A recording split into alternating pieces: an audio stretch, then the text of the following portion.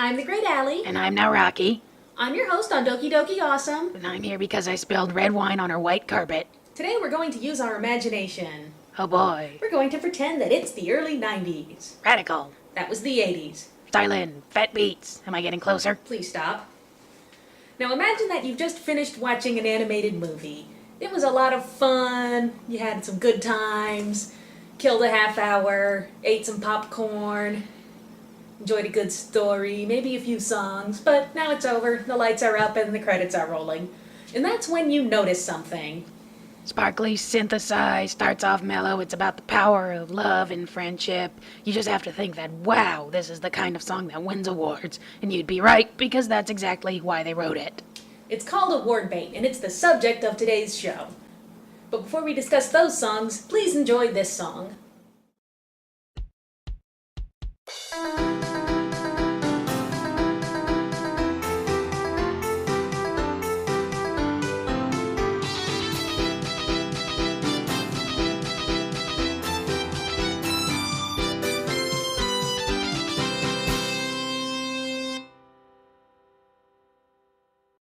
Welcome back! Now, what is the award bait song? You are about to know. While the term sounds very general, there actually is a very specific set of criteria as defined on tvtropes.org. Doki Doki Awesome is not responsible for time or productivity lost surfing TV tropes. You have been warned. They start off very smooth and mellow, but swell up to epic before the last chorus, which is usually in a different key. They cover themes such as the power of love and friendship, very touchy-feely. Read cheesy. With a heavy emphasis on synth. If it is played in the movie, expect it to be during the parts where two characters fall in love. You know the songs.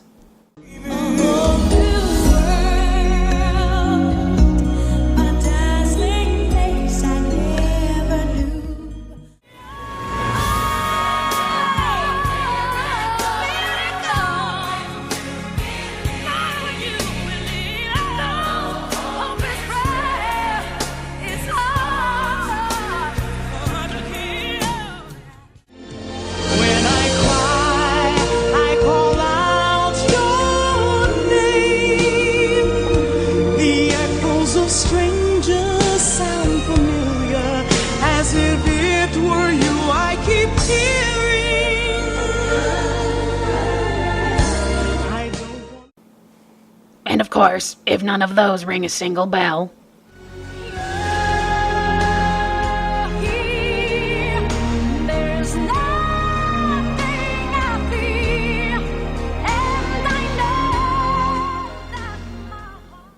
But today we're going to be discussing different types of award bait songs that were found at the end of animated movies between 1985 and 1999. She is very specific.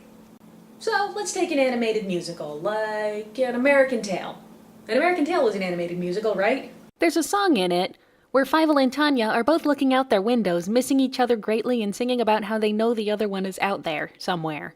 This is the kind of song that two sweethearts ask Casey Kasem to dedicate when they're apart. There's just one tiny little problem.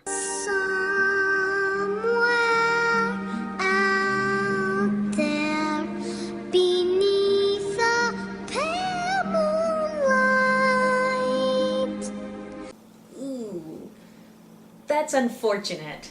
That's a good way for your boyfriend who took a job in California to decide not to go ahead and send for you after all. Let's see if we can't fix that. Let's try adding some of that sparkly synth that's been so popular lately. Someone's thinking of me and loving me tonight. Now it's annoying and patronizing. No, we can still save this. How about we add in some of those celebrities that have been so popular lately? Somewhere out there, someone saying a prayer. Ha ha ha, mouse puberty. Classy. Now, the original singers in the movie don't have to necessarily be bad, but sometimes it's easier to win awards if you have a bigger name behind them. And that way, Angela Lansbury becomes Celine Dion, Brad Kane and Leah Salonga become Peaboy Bryson and Regina Bell, and Joseph Williams and Sally Dworsky become just Elton John, and I think that's all that I know. Now, what if you did have in your movie the perfect song, but for one reason or another, it just didn't make it into the final product? Say you didn't have anything for the two main characters to be doing, or you decided to take that part in a bit of a different direction. That's no reason to let a perfectly good song go to waste. That's right, you can take it and remake it. Pocahontas and John Smith didn't get a chance to sing If I Never Knew You in the movie, but that's no reason not to have John Cicada and Shanice serenade you for the credits. Or, in an impressive combination of the two, The Hunchback of Notre Dame had Heidi Mollenhauer sing God Help the Outcasts in the movie, and Bette Midler record it for the credits. But they were going to have Heidi Mollenhauer sing Someday, and instead recorded All for One singing it for the credits. This nomination is in the bag. Pass the wine and drugs, please. Which drugs were popular in the 90s? Is cocaine still in style after the 80s with the rich business? And then after that with... Oh, is this thing still recording? Oh yeah, this is definitely going to be in the final cut. And sometimes all the songs in the movie... Suck eggs. Suck eggs, yes. But that's no reason you can't have an award bait song. Just get a pop star to record a regular pop hit and put that on the credits. Yeah, you can still do that. Take the Tom and Jerry movie. Out to a paddock and shoot it. I wish you wouldn't. I mean, listen to this song. Listen to this song that they wrote for the movie and tell me that the first thing you think of is a cat and a mouse trying to kill each other. It isn't about how much we can get. It isn't remembering what love would forget. I found a secret of learning to live. It's all in how much we give. Well, when you think about it, the movie was about Tom and Jerry helping a little girl get away from her scheming, greedy foster parents and back with her father. In that sense, I think the song is kind of telling Tom and Jerry the lesson they should have been learning in the movie. What's really important in life isn't about killing each other. It's about helping others. It's all in what you give. In a double whammy, it's also a message praising the little girl and vilifying her Auntie Fig. I really wish you would stop justifying things for terrible movies. While we're on the subject of credits exclusive songs, I'd like to give a shout out to one of my favorites, Love Survives, performed by Irene Carter and Freddie Jackson. It was featured at the end of All Dogs Go to Heaven after a hot gospel number as Charlie's last goodbye to Anne Marie. It's the cheesiest and most generic number you're probably going to hear all week. Love Survives was dedicated to the memory of Judith Barcy, the little girl who played Anne Marie in the movie. She died before it came out because her father shot her to death, and her mother because he was jealous and fearful of her success. Wow. Thanks for making me feel like a heel. It's what I do. Now, award bait songs don't only have to be featured in the credits. Or in the credits at all, actually. Take Dream Worth Keeping from Ferngully, performed by Sheena Easton. Woo! Sheena Easton! Yeah! Take it down a notch. Whoa. This song plays when Krista and Zach are falling in love. And only then. The credits just feature Elton John singing Some Other World. Catchy enough, but not award bait style. Dream Worth Keeping is longer on the soundtrack, but it's unusual that it's, Part of the movie? yeah. Can songs that are just in the credits really win Best Song for a Motion Picture, or is that really only there to boost soundtrack sales? And would songs like that be up against, like, musicals? Musical has its big number, and that's against the pop hit from the credits? Or what's the deal with that? I don't know. Do you watch the Academy Awards? I don't really have the patience for it. You find the pomp and circumstance too phony? Don't have the attention span for it either. Yeah. Now, sometimes the animated movie in question is not a musical. I know, big shocker, right? But it's true.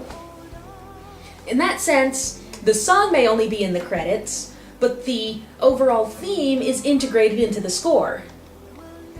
Take The Land Before Time, Diana Ross, If We Hold On Together. Is featured only in the credits, but the theme is represented throughout the score, all over the movie. Through the happy moments.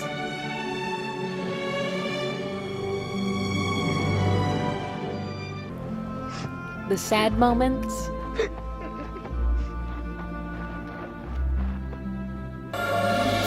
and the ultimate triumph.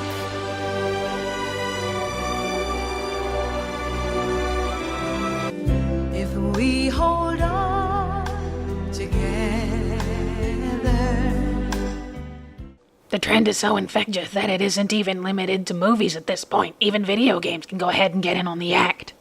Like King's Quest VI, one of the first games to hire voice actors to perform the roles of the characters, including hiring Tony Jay and Robbie Benson. Her first crush. Hey, zip it. He's a Hunkatronic 7. I believe I said that he was a Hunkatronic Mark 7, thank you very much. The game was innovative in a lot of ways. Except for the generic credit song where they took the recurring Casimus theme and turned it into a love ballad. Like If We Hold On Together, the music was featured in the game, specifically anytime Princess Cosima was on screen. To promote the game, Sierra sent Girl in the Tower into a lot of radio stations and then encouraged people to call in and request it. That didn't go over well. No, it did not. So did these songs actually win awards? I don't know. Remember what we said successful award bait sounded like? But it's not animated. It's successful, though. It's pop, it's about love, it's a famous singer, and it sticks in your head. Sticks in my craw. You don't have a craw. You know about my anatomy? You're my imaginary friend. I know everything about you. You don't know what kind of bones I've been hiding under your mattress. I assumed they were mice bones. KFC, what on earth kind of bones do you think I've been eating? Can we turn this music down? So, award baiting, a noble Hollywood tradition. Those award bait songs are some of my favorite kinds of songs, just for the emotions they manipulate you into having. I don't like them. They make me feel like a heel. You are a heel. I don't have any heels, though. If you'd like to learn more about award baiting, please pick up any mainstream movie made between 1984 and 2003, and there's a good chance it'll have more information for you. In the meantime, I'm going to go watch Beauty and the Beast. It's got award baiting and the Hunkatronic Mark 7. And Tony Jay, God rest his awesome voice. Until next time, I'm Allie. And I'm Nawrocki. Goodbye! Bye!